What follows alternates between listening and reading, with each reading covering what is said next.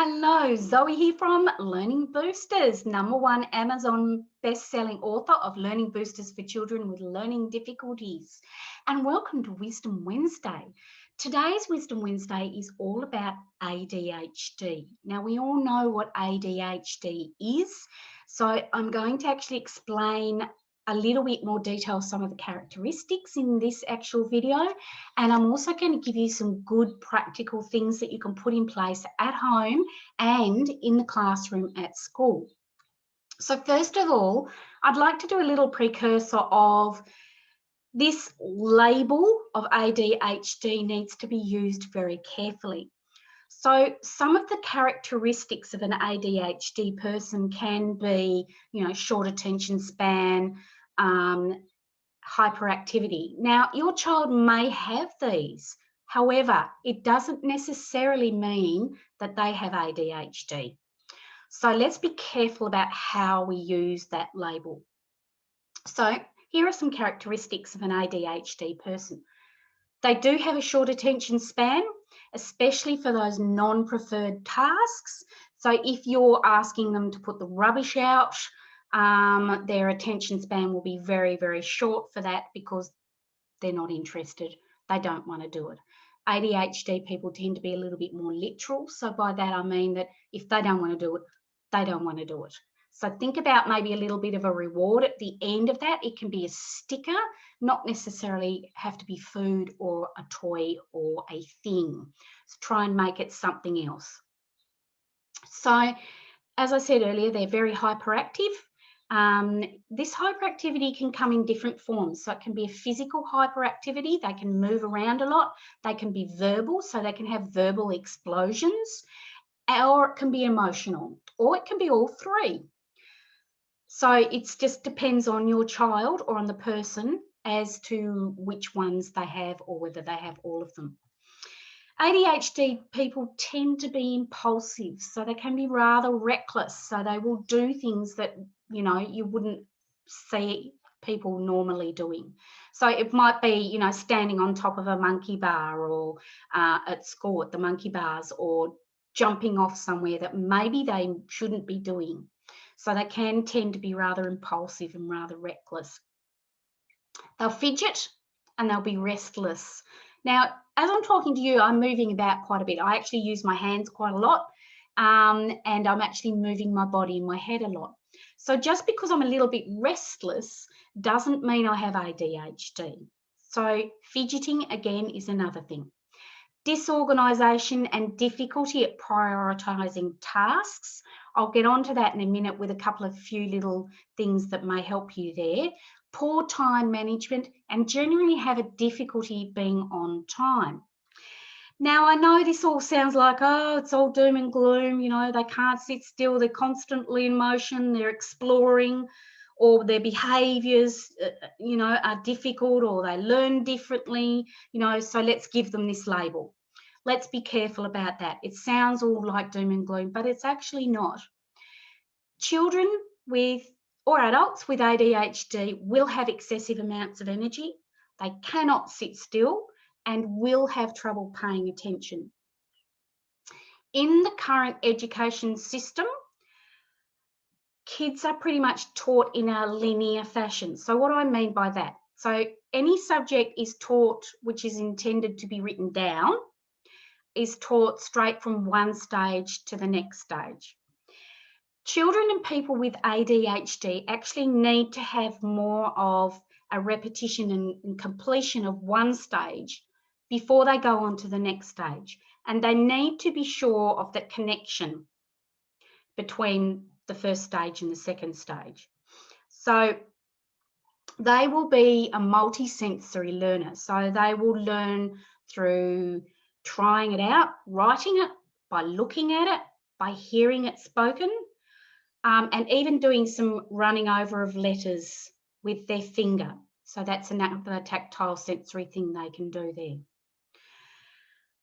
You will usually find that people that do not fit into an accurate diagnosis of ADHD may also have a high amount of anxiety. Now, these people usually come from an environment that has anxiety in it. which means that they will have a sensory overload. So what they tend to do, an ADHD person tends to do, to lower that anxiety and to lower the sensory overload is with movement. That's why they move. Generally, they are in a sensory overload. So that movement can take up different ways. So they could get a piece of paper or a tissue and be ripping it to bits and just ripping it to bits. So us as a parent or as a teacher or as a carer, if you can, don't bring attention to that, because it just then consolidates that issue. You're best off letting them just rip and tear and rip and tear, because that's the way of them calming themselves, because they're feeling anxious, because their senses are overloaded. So let them do that. It's a way of self-calming. Their attention will also be very selective. So it could be with the ripping of the tissues that they'll be concentrating, they'll be zoomed in on that and they'll be concentrating just on that. Try and go around doing things normally around them and let them have that sensory lowering, anxiety lowering, I can't think of my word, movement. Allow them to do that movement. Try not to say, don't do that, don't do that. That's not, just make it like a normal thing. Just let them do it. So when they're in a state of stress and there's a lot of stress around them, they will shut the stress down by having that one focus. Tearing of the paper, tearing of the tissue, movement. They'll move a lot, or they might move their hands, or they might clap their hands, or they might play with their fingers, that sort of thing. So they will focus in on that one thing, but it's a way of them shutting down the stress, because with an ADHD brain, they can't compute that as easily as the mainstream brain can. So in this state, they won't pay attention. All right? They won't pay attention to what they're supposed to be doing. They won't pay attention to anything. Everything is shut down. So the sensory overload, they can't handle it. There's a sound or there's a noise or something. They'll get fixated on it and they will do something else to ease that anxiety, stress or pressure that they're feeling. So they won't pay attention to you. So again, the best thing to do is just to leave them to do what they need to do to lower that sensory stress and anxiety they're feeling. Because they're making their world as small as possible, all right? That's why they're fixated on whatever it is that they're doing, okay?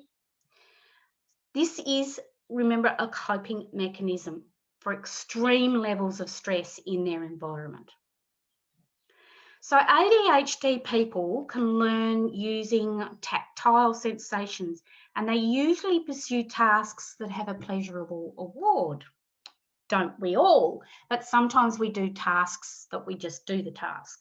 And the pleasurable reward for us is having done the task. For an ADHD person, there needs to be an outer reward. So as I said, it could be a sticker. Okay, probably the best thing with kids, a sticker, rather than food or a toy or a thing. So try some of these things at home. These are just some practical things you can use at home to help this sensory overload lower itself. If you've got a rocking chair, brilliant thing. You can say, okay, Johnny, I can see it's all too much, isn't it, mate? Go to the rocking chair and just let them rock in the rocking chair. Okay, they'll come back when they're ready. All right. Within the classroom, you can do alternative seating things, or places to work within the classroom. You can get stand-up desks these days. You can get the little, they're sort of mushroom seats, stools that they can move about on, so that they're two good sensory lowering things that you can use in the classroom. Get some movement into their day. They can stretch, they can jog in one place, they can sing songs, they can, sing the songs accompanied by hand or body movements. The whole class can do it. So, you know, Johnny's not on his own doing it, and it's obvious there's something wrong with Johnny or different about Johnny. You can get the whole class involved in it. With older students, I'd suggest you get them to help you in the classroom, or you can do this at home as well. So have them hand out supplies, have them collect papers, have them deliver messages to other parts of the school or the school office. These sorts of responsibilities actually help the kids feel special, and it also allows them to blow off steam because they're getting out of the classroom and they're running to the office and delivering the message and running back again.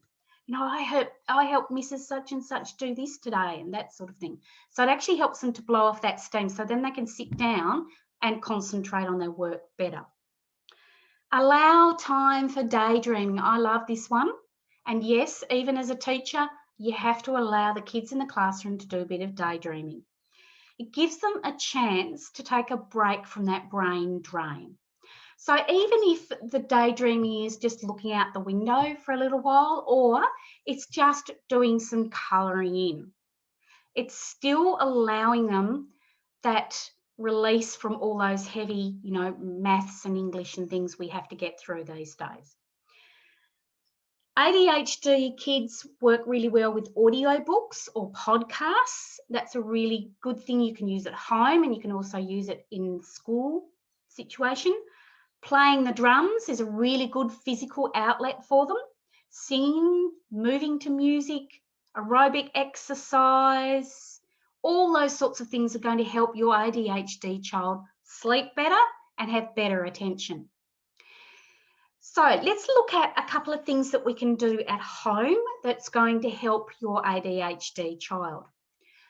My suggestion is, if you have any instructions, give them to them in the morning, because by the afternoon, or we're getting into the afternoon, their attention tends to worsen over the day. They're better off when in the morning, in the first chunk before lunchtime, when they've had a really good sleep, they've been running around a bit, and they're more likely to listen and pay attention to you than they will in the afternoon. Write down important information. We have a whiteboard, big whiteboard on our fridge. It takes up the whole part of the fridge. It's bigger than A4. Any important information goes on there. They know that they have to go straight there to have a look. They're not endlessly asking you, Mum, what's this? Mum, what's that? Write it down and teach them where they go to find out that information. Divide those larger tasks into smaller tasks. So, for instance, in the morning, if you want to get them in to start doing their routine on their own to get themselves ready for school, have an A4 size piece of paper, have a picture of what you want them to do, and then write what it is you want them to do. Step 1, get out of bed. Step 2, put your clothing on. Step 3, and so on. And if they keep, you know, not doing what they're meant to be doing, redirect them back to that actual list. Put the list up in the bedroom. I put the list in the bathroom. I used to put the list in the toilet. I used to put it up on the fridge. So there's lots of places they can go to. Or if that becomes too confusing to them, ask them. Say, you know, how we have that list for you in the morning of how you know, it's important to have a morning routine and how we've written every step down so it's easier. Where would you like to put it? Do you want to put it in the bathroom? Do you want to put it in your bedroom?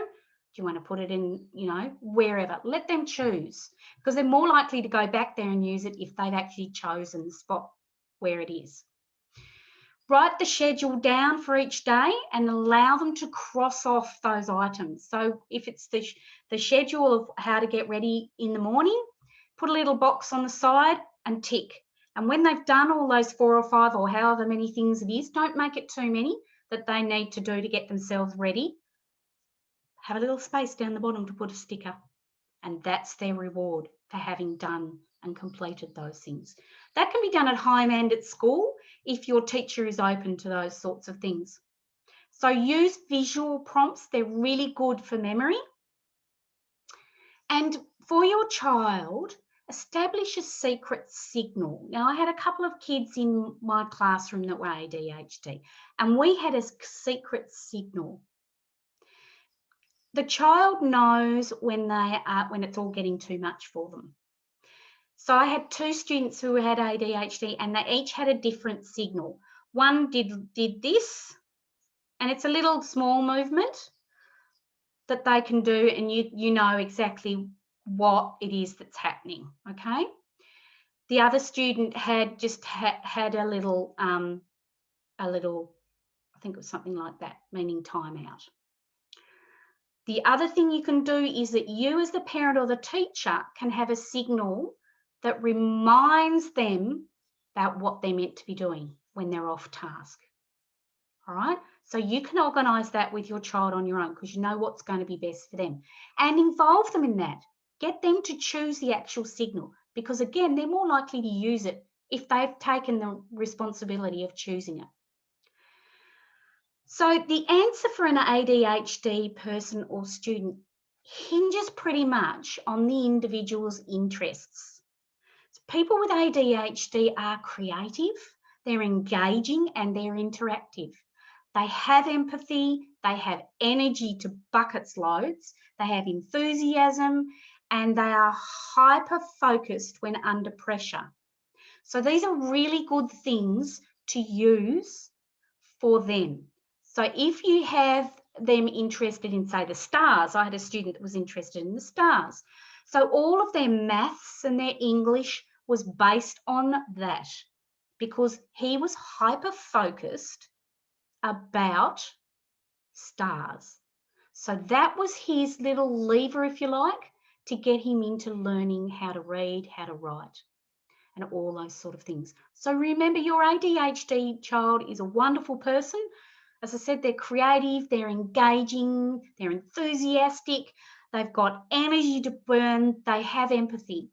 Enjoy your ADHD child. I really hope this video has helped.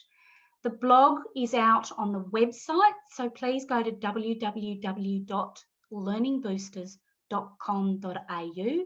There's a little tab that says blogs, and then it'll drop down with Wisdom Wednesday, and all of my Wisdom Wednesdays that I have put out will be up there, but you can find the most recent ones first up on that list.